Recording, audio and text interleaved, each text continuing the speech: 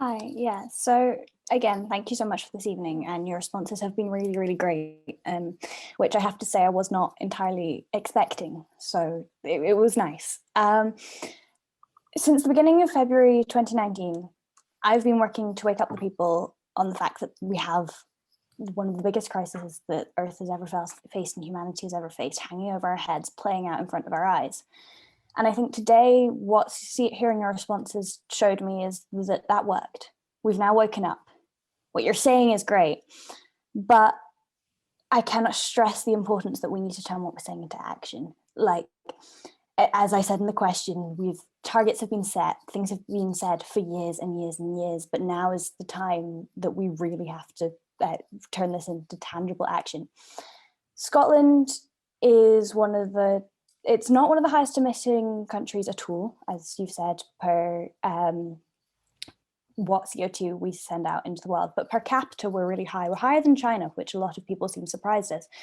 And I think for that, and yet sorry, I'm getting a bit muddled with words. As Katrina said earlier, in Scotland, we're not suffering any of the consequences yet. And the places that are suffering have admitted the least. The people that are suffering have contributed the least. And to me, that gives us a moral responsibility and just a responsibility in general to turn this into action, and to strive for higher targets than we already have, because if we just do enough to reach 1.5, that does not allow for climate equity that is clearly laid out in Paris. And we have to push to get much harder, much faster targets than we already do. And it's great that they exist, but currently we're not achieving our targets. So how are we going to get 2045? How are we and sooner, which is what we need to come from Scotland and places that have the ability to.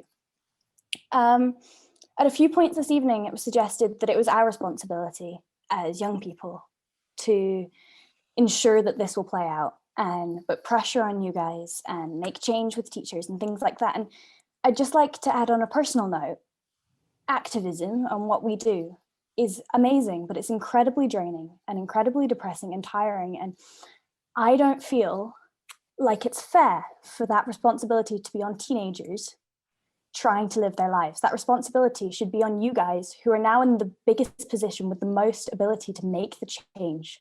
And we need to see that play out. As a teenager, I never really want to think 50 years in the future, because it looks bleak. And with the current situations and our current commitments globally, I never see how we can get through this in 50 years' time have somehow mitigated the effects to the point where we don't have to feel guilty for how much we've damaged the earth and where we can live alongside the planet.